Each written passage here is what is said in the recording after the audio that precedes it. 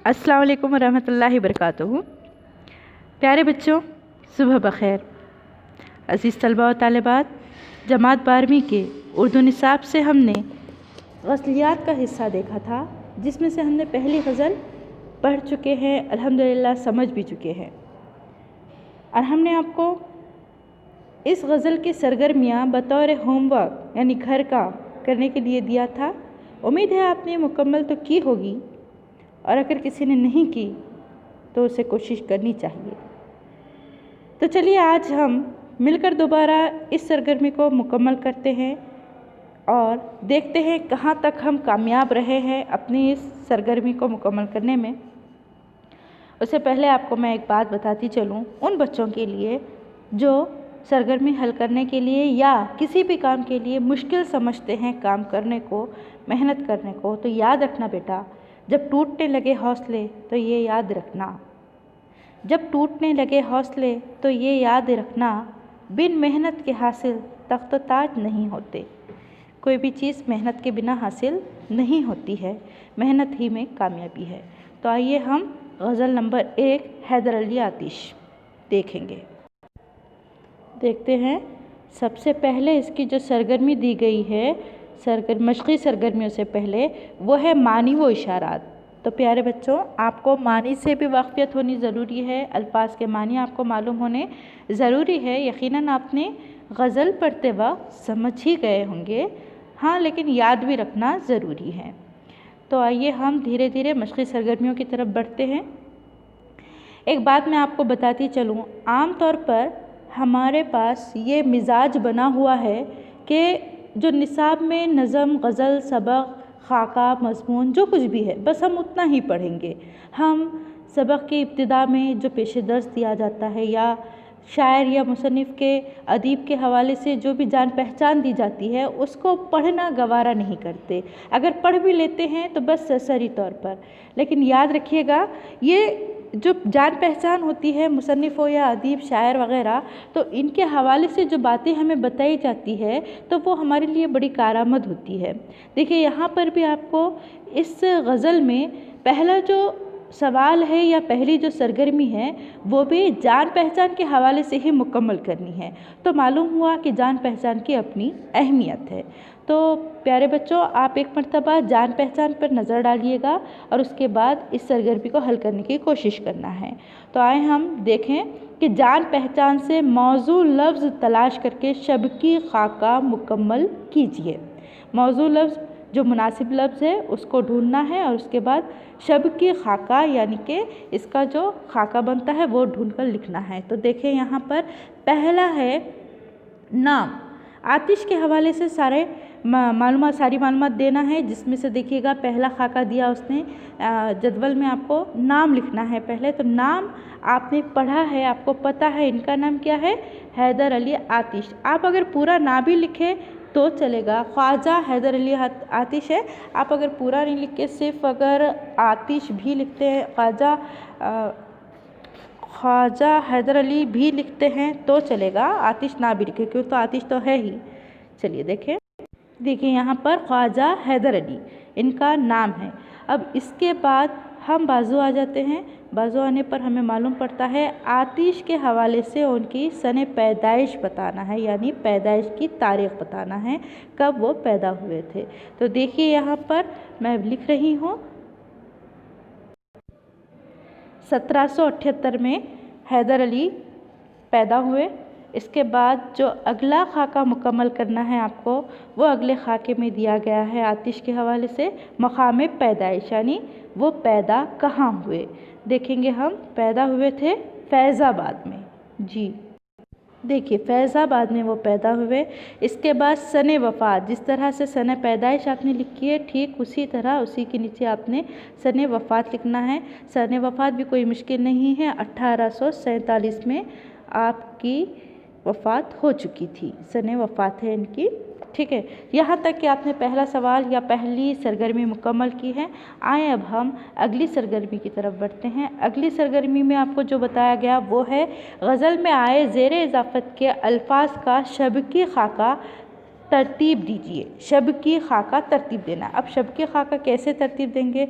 जिस तरह से ये खाका बनाया हुआ है ना, आतिश, उसके बाद यहाँ पर दिया नाम, नीचे दिया मकाम पैदाइश, फिर सन पैदाइश और सन वफ़ात। तो इसी तरह से आपको क्या करना है, एक शब की खाका बनाना है, यानी दरमियान में, जैसे यहाँ आतिश है, ठीक है, तो आतिश की तरह ऐसे ही 4 खाने वाला, 4 जदवल वाला एक आपने खाका बनाना है, जिसमें आतिश के जगह पर, यानी कि आप जो बना रहे हैं, मैं मिसाल दे रही हूँ उनसे, तो वहाँ पर आपने क्या करना है, ज़ेर इजाफ़त की तरकीबें, क्या लिखेंगे आप, ज़ेर इजाफ़त की तरकीबें आपने इस तरह से लिखना है, ज़ेर इजाफ़त की तरकीबें। तो देखें यहाँ पर हम लिखते हैं ज़ेर इजाफ़त की तरकीबें मैंने यहाँ लिखी हुई है, देखा आपने। तो आपको क्या करना है, इसी तरह से ये इसके खाके को आगे बढ़ाते हुए 4 बॉक्स यहाँ पे बनाने हैं, 4 कालम आपने बनाना है। अब 4 कालम में आप क्या करेंगे, ज़ेर इजाफ़त जिसमें इजाफ़ी ज़ेर का इस्तेमाल हो, जो काकी के का मतलब रखता हो। तो यहाँ पर आप नज़म के या गज़ल के एतबार से ढूंढ कर के लिखने में हम पहला लिख सकते हैं दस्ते हवस, फिर लिख सकते हैं हम इनक़लाब दहर, उसी के साथ हम तीग़े फ़िज़ा, कफ़े दाऊद अलैहिस्सलाम वग़ैरह लिख सकते हैं। ये हो चुका आपका ज़ेर इजाफ़त की तरकीबों में। अब इसके बाद अगला फिर सवाल दिया जाता है, सरगर्मी दी जाती है कि हिदायत के मुताबिक दर्ज झैल सरगर्मियाँ मुकम्मल कीजिए। नंबर 1, शायर जिस खेल को आसान समझता है उसकी निशानदही कीजिए। शायर किस खेल को आसान समझता है ये आपको बताना है, उसकी निशानदही करना है कि शायर ने किस खेल को आसान समझा है। तो देखिएगा यहाँ पर शायर के मुताबिक कौन सा खेल आसान है। हाँ, तो देखिएगा ये जो शेर है, शायर जिस खेल को आसान समझता है उसकी निशानदेही करना। तो हम गज़ल की तरफ बढ़ते हैं एक मरतबा, गज़ल के ये वाले शेर की तरफ। देखिए यहाँ पर शेर क्या है, दर फिरदौस पर रिज़वां से रुख़सत कौन लेता है, दर फिरदौस पर रिज़वां से रुख़सत कौन लेता है, समझता हूँ मैं खेल एक फांदना दीवार गुलशन का। ठीक है, तो इस शेर के हवाले से हम अपना जवाब बनाएंगे। देखिए यहाँ पर शायर ने क्या कहा है कि महबूब के दर को उसने जन्नत कहा है, दर फिरदौस यानी कि जन्नत का दरवाज़ा। दर फिरदौस, फिरदौस जन्नत का नाम है, महबूब के दर को या घर को उसने जन्नत कहा है, और उसके दरबान को रिजवान यानी जन्नत के जो दरबान होते हैं या दारोगा होते हैं उन्हें कहते हैं रिजवान। तो यहाँ पर उनकी रिजवान कहकर एक अजीब बात कह दी है। अब मैंने आपको पहले भी बताया था कि ये शेर जो है तलमी वाला शेर है।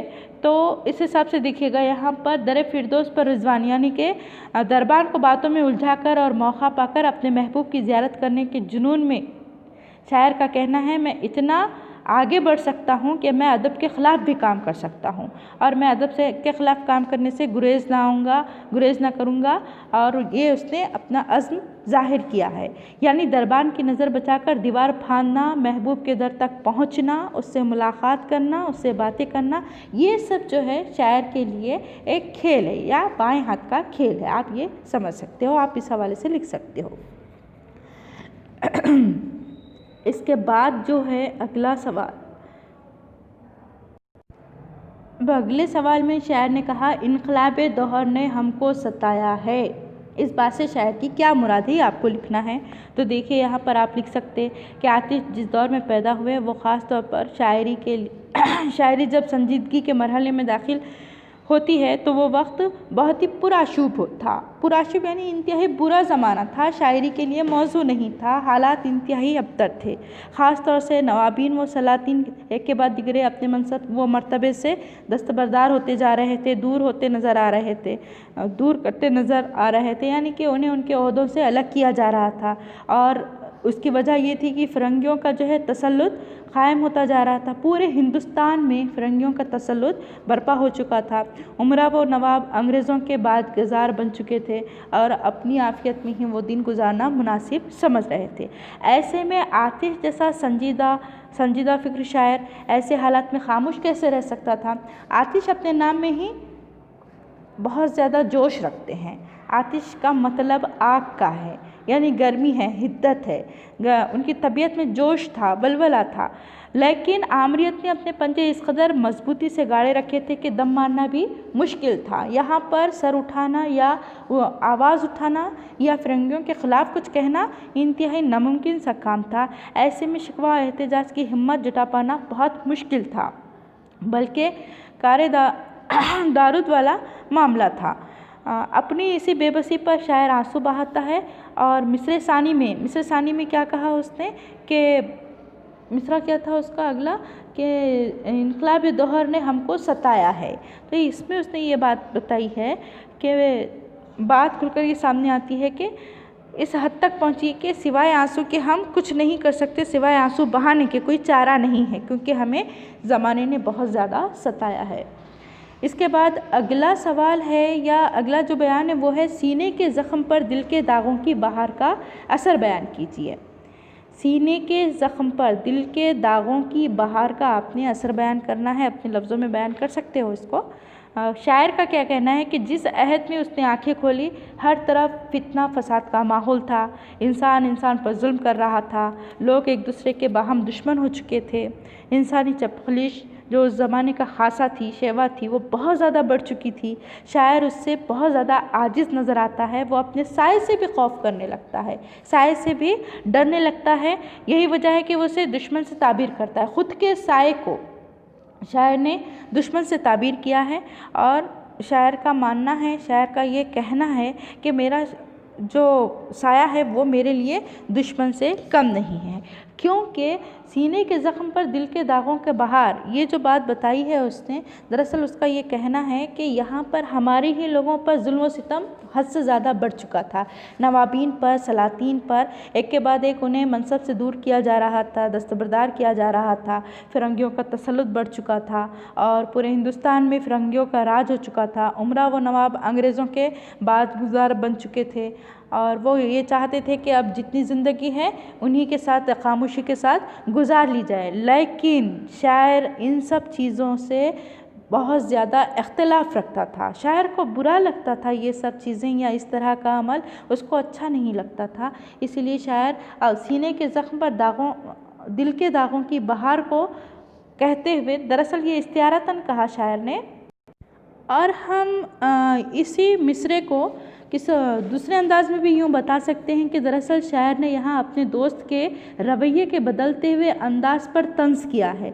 जब उसने दोस्त से उसके नामुनासिब रवैये की शिकायत की तो दोस्त बजाय शर्मिंदा होने के उसने अपने बर्ताव में शिद्दत इख्तियार कर ली और शायर को मज़ीद गहरे ज़ख्म देना शुरू किया। यहाँ तक कि फूलों के इस कदर इजाफे में इसका सीना क्या हो गया, यानी ज़ख्मों पे ज़ख्म मिलते गए, जिसकी वजह से उसका सीना छलनी होता रहा। यहाँ तक कि शायर ने अपने सीने को गुलशन कहा है। वो भी कौन सा बाग, कौन सा है उसका सीना? ज़ख्मों का बाग है, ज़ख्मों के फूल खिले हैं इस गुलशन में। इसीलिए यहाँ पर शायर अपने लौलहान सीने को गुलशन का दरवाज़ा यानी बाग कहता है और किताब के सरवख की तरह बाग का गेट कुछ ज़्यादा ही खूबसूरत और जाज़िब नज़र होता है।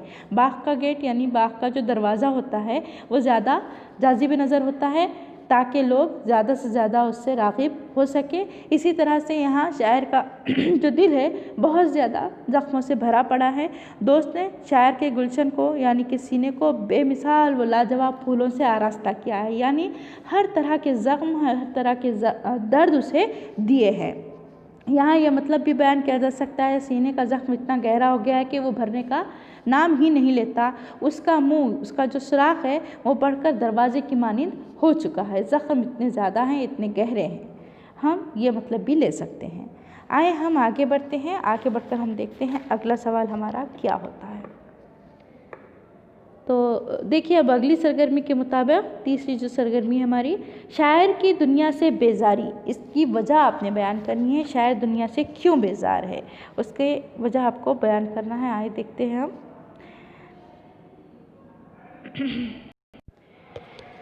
बड़ा आसान सा है। शायर ने जिस ज़माने में आंखें खोली थी, जिस अहद में आंखें खोली थी, वो ज़माना इंतहाई चपखलिश ज़माना था, यानी फितने फसाद का ज़माना था। इंसान पर जुल्म कर रहा था, लोग एक दूसरे के दुश्मन बने हुए थे। उस ज़माने में एक दूसरे से नफ़रत, बैर, दुश्मनी, यहाँ मतलब एक शेवा था लोगों का, ये लोगों का ज़माने का ये खासा था, उसकी फितरत थी। और इस कदर नफ़रतें बढ़ गई थी कि लोग एक दूसरे के दुश्मन बने फिरते थे। शायर इन हालात में ज़िंदगी गुजार रहा था और ऐसे हालात से वो बहुत आजिज़ आ चुका था, इसलिए वो अपने साए से भी खौफ खाता था, अपने साए से भी डर महसूस करता था। इसीलिए शायर ने ज़माने को दुश्मन से ताबीर किया है और शायर ने दुनिया से बेजारी का इजहार भी किया है। अगला है, रहा करता है चश्म तर के ऊपर गोशा दामन का। अगला जो मिसरा है, रहा करता है चश्म तर के ऊपर गोशा दामन का, इसकी वजह बताना है। आतिश जिस दौर में पैदा हुए, जैसे हमने पिछले भी शेर के जवाब में लिखा था, तो वो बहुत ज़्यादा पुराशुभ ज़माना रहा है। और शायर कैसे थे, संजीदा मिजाज होने के साथ साथ वलवलांगेज़ भी थे, यानी उनके जोश व जज्बात भी थे, लेकिन संजीदगी के साथ। तो वक्त बहुत ही पुराशुभ था, बहुत बुरा ज़माना था, ख़ास तौर पर नवाबीन के लिए, सलातीन के लिए। एक के बाद दिगरे अपने मनसब से, वो मर्तबे से वो दूर किए जा रहे थे। फिरंगियों का तसल्लुत बढ़ता नज़र आ रहा था और उमरा व नवाब अंग्रेज़ों के ज़ेर साया आ चुके थे और इसी में वो अपनी आफियत भी समझ रहे थे। लेकिन आतिश जैसा संजीदा फ़िक्र शायर ऐसे हालात में खामोश नहीं रह सकता था। उसके अलावा वो कुछ कर भी नहीं सकता था, खामोश रहना भी उसके बस की बात नहीं थी। लेकिन आमरीत इतनी मजबूत हो चुकी थी, उसने अपने पंजे ऐसे मजबूत कर लिए थे कि दम मारना भी मुश्किल था। ऐसे में शिकवा व एहतजाज की हिम्मत जुटा पाना इंतहाई मुश्किल अमर हो जाता, यानी कि बिल्कुल कारे दारूद वाला मामला था। और दूसरी बात यह है कि शायर ऐसे वक्त में, ऐसे हालात में कोई एहतजाज किए बिना यहाँ पर वो सिवाय आंसू बहाने के कुछ कर नहीं सकता था। इसीलिए मिसर सानी में तो ये बात हमारे सामने खुलकर भी आती है कि शायद सिफत से चश्मे तर के ऊपर गोशा दामन का, यानी कि वो सिवाय आंसू बहाने के कुछ और कर नहीं सकता है, यही बताना यहाँ मकसूद है। आए आगे देखते हैं हम। यहाँ पर दर्ज झेल अशार की इस्तेसानी वजाहत कीजिए। देखिए, दर्ज झेल अशार की जिसमें पहला शेर है, कड़ापन आगे मर्दाने खुदा के चल नहीं सकता, कफ़े दाऊद में यकसा आलम है, आलम मोम व आहन का। तो इसको हम जब पहले तशरीह करे थे, उस वक्त जो देखे थे हम, वो भी लिख सकते हैं, आपको याद होगा। मतलब क्या है, इसकी नस्ली तरकीब क्या होगी कि अल्लाह के बंदों के आगे सख्त अल्फाज या तकब्बुर के अल्फाज चल नहीं सकते, क्योंकि दाऊद अलैहिस्सलाम जिनकी हथेली में लोहा भी मोम बन जाता था। ये जो शेर है पहला वाला, सनत तलमी से ताल्लुक़ रखता है और साथ साथ यहाँ मोम और आहन है, तो इस हिसाब से हम देखेंगे तजाद का भी हवाला दे सकते हैं आप। तो यहाँ पर इज़हार तकब्बुर और इफ्तिखारी इस रोए ज़मीन पर नहीं ठहर सकती, क्योंकि इस कायनात का जो हकीकी मालिक है वो अल्लाह ताला है और ये सारी सिफ़ात इसी के लिए हैं। ऐसे में खुदा के बंदों के सामने तकब्बुर व फ़ख्र व गुरूर का मुज़ाहरा करना ये मुनासिब बात नहीं है। हमें याद रहना चाहिए कि हज़रत दाऊद अलैहिस्सलाम के हाथ में लोहा भी मोम की तरह नरम हो जाता था, बिल्कुल उनके पास लोहे की भी कोई अहमियत नहीं थी अल्लाह के फजल से। यहाँ शायर गुरूर व तकब्बुर में मुब्तला लोगों के सख्त ज़बान, सख्त रवैयों की तरफ इशारा कर रहा है, उन्हें नसीहत करने की कोशिश कर रहा है कि अगर तुम नहीं मानते, अपने गुरूर से बाज नहीं आते हो, तो याद रखना तुम भी पिघला दिए जाओगे, तुम भी ज़ेर कर दिए जाओगे, ख़त्म कर दिए जाओगे। वो दरअसल ऐसे लोगों की तरफ इशारा करता है जो अपनी ज़बान को दस्तान तराजी के साथ, गाली गलौज के साथ गंदी करते हैं, परगंदा रखते हैं और अपने दिल दुखाने वाली बातों और गालियों का इस्तेमाल अल्लाह के बंदों के लिए करते हैं, लेकिन अल्लाह के बंदों पर इनका तो कोई असर नहीं होता।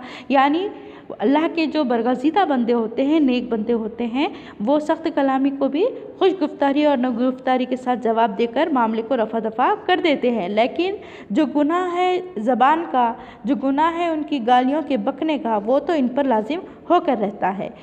इस शेर में इत्तेदाल व म्याना रवि को ज़रूर बताया गया है, उन्हें सरफराजी और सरबुलंदी पाने का ज़रिया भी करार दिया गया है। दरअसल यहाँ पर कड़ेपन का मतलब ज़बान की सख्ती, मिजाज की गर्मी है, मिजाज का टेढ़ापन है। अब मर्दान खुदा अल्लाह के बरगज़ीदा बंदे हैं और कफ़े दाऊद अलैहिस्सलाम की हथेली या हाथ है, आलम है मोम व आहन, मोम भी आहन क्या है, मोम की तरह नरम हो जाता था। चले हम आगे देखते हैं। अगला जो शेर है, दरे फिरदौस पर रिज़वा से रुखसत कौन लेता है। दरे फिरदौस पर रिज़वान से रुखसत कौन लेता है, समझता हूँ मैं खेल एक फांदना दीवार गुलशन का। तो क्या है इसका मफ़हूम तो देखेंगे हम। इसकी नस्री तरकीब यूँ बनेगी कि दरे फिरदौस, जिसको हमने पहले भी कहा कि महबूब का दर रिज़वान के मानिंद है, यानी कि रिज़वान कहते हैं जन्नत के दारोगा या जन्नत के दरबान को। उससे इजाज़त कौन लेता है? गुलशन यानी महबूब का जो मकान है उसको यहाँ पे शायर ने गुलशन से ताबीर किया है।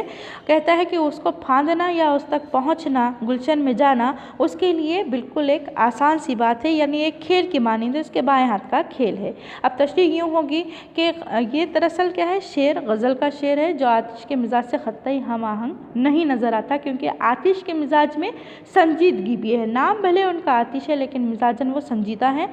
माशूक के दर के दरबान को जिससे रिज़वान से उन्होंने तशबीह देकर अज़्म व इरादे का इजहार किया है, ये उनके मिजाज के बिल्कुल ही मुखालिफ नज़र आता है, इसलिए कि वो सूफ़ी मिजाज शायर हैं, इसलिए ये शेर उनकी शख्सियत से मेल नहीं खाता।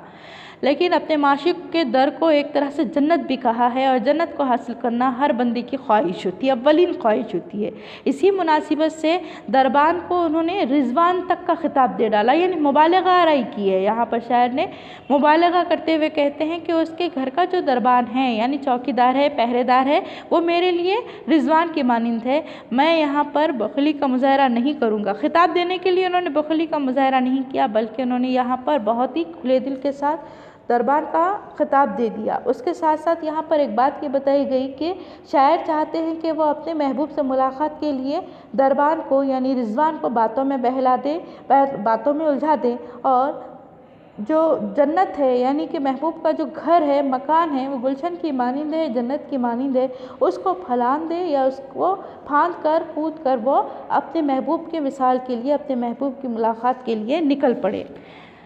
इसके साथ ही ये बात भी इस शेर में उभर कर सामने आती है। दरबान को बातों में उलझाकर वो जिस तरह अंदर जाना चाहते हैं, वो दरअसल यहाँ पर अपने अज़्म और हौसले की तरफ इशारा करते हैं, क्योंकि दरअसल यहाँ पर महबूब या दोस्त की मुसलसल बेइतनाई या अदम इल्तिफ़ाती की वजह से शायर तंग आ चुका है, बहुत ज़्यादा आजिज़ आ चुका है, इसीलिए वो इस हरकत पर उतर आया है। अब सनतें अगर देखें हम, तो इसमें रिज़वान एक लफ्ज़ आया है और उसके साथ साथ दर फिरदौस भी है। खैर, रिज़वान जो लफ्ज़ है इसकी वजह से यहाँ पर ये क्या बन जाएगा, गज़ल के पसंदीदा शेर की आपने ख़ुद तशरीह करना है या ख़ुद बताना है क्यों पसंद आया। उसके बाद हमने देखना है अगला गज़ल से सनत तज़ाद का शेर। तो तज़ाद के शेर में कड़ापन आगे मर्दाने खुदा के चल नहीं सकता, कफ़े दाऊद में यकसा है आलम मोम व आहन का। तो यहाँ पर जो लफ्ज़ है ना, मोम व आहन, ये लफ्ज़ आप लिख सकते हैं मोम व आहन वाला, क्योंकि यहाँ पर भी ये देखिएगा तो इसके ज़रिए आप बता सकते हैं ये तज़ाद वाला शेर है। और वैसे तो ये तलमी का भी शेर है, दोनों सनतें इसमें इस्तेमाल हुई है। इसके बाद जो है अगला सवाल आपका, गज़ल के मतलब में बढ़ती गई सनत का नाम लिखिए। मतलब यानी शुरुआत का जो शेर है ना आपका, गज़ल का जो पहला शेर है, उसमें जो सनतें इस्तेमाल हुई है उसके बारे में आपको लिखना है। तो देखिएगा, अदब और अब, यहाँ पर इस हिसाब से तदनीस ज़ायद है अदब, और यहाँ पर दिया गया अब, मैंने पहले भी बताया था तदनीस नाक़िस व ज़ायद, जिसमें एक हर्फ की कमी बेशी होती है, लफ्ज़ नहीं हर्फ, एक हर्फ की कमी बेशी होती है। अदब से हमने दाल हटाया तो अब बन गया, और हम जैसे ही दाल मिला देते हैं, लगा देते हैं, तो हम अदब का मुज़ाहरा करने लगते हैं। तो इस तरह से यहाँ पर तदनीस ज़ायद हुआ। इसके अलावा देखिएगा यहाँ पर क्या बताया गया है कि अदब ताचंद दस्ते हवस खातिल के दामन का, संभल सकता नहीं अब दोष से बोझ अपनी गर्दन का। इस शेर में दस्ते हवस और दामन खातिल, ये दोनों तरकीबें ऐश खुशी और दुनिया की रंगीनियों के लिए इस्तेमाल हुई है। यहाँ पर खातिल का दामन है या दस्ते हवस है, दुनिया के ऐश व इशरत के लिए इस्तियारतन इस्तेमाल हुई, इसलिए ये सनत इस्तियारा भी है। और इसके साथ साथ देखिएगा इसमें मुस्तार अल्फाज है ये, इसलिए यहाँ पर ये क्या हो गया, दो तीन यहाँ पर हम ले सकते हैं, जिसमें से मैं आपको बताती चलूँ। एक है तदनीस ज़ायद व नाक़िस या तदनीस ज़ायद, उसके साथ सनत इस्तियारा। ठीक है, अब इसके बाद जो अगली सरगर्मी है या अगला सवाल है वो है गज़ल से सनत तलमी वाले अशार की निशानदही करके उनकी तशरीह कीजिए। अब कौन से है इसमें, जैसे हमने पहले भी देखा, इसी में है, देखिएगा यहीं पर है, कड़ापन ये वाला जो शेर है, ठीक है। आपको ये भी तलमी के तौर पे इस्तेमाल कर सकते हैं आप, क्योंकि कफ़े दाऊद आया है यहाँ पे, दाऊद अलैहिस्सलाम की बात इसमें ज़ाहिर की गई है। उसके बाद दरे फिरदौस पर रिजवा से रुखसत कौन लेता है, ये वाला शेर भी तलमी के लिए, क्योंकि रिजवा का जिक्र है, उसके साथ साथ यहाँ पर दरे फिरदौस की भी बात बताई गई है, तो ये तलमी वाले अशार होंगे। तो अल्हम्दुलिल्लाह हमारा यहाँ पर ये मुकम्मल होता है। आप लोग अपनी बयाज़ में से मुकम्मल तरीक़े से लिखिए, एक मरतबा फिर से समझिएगा। चलिए इंशाल्लाह फिर मिलते हैं किसी और लेक्चर में कोई और मज़मून लेकर के, तब तक के लिए अल्लाह हाफ़िज़।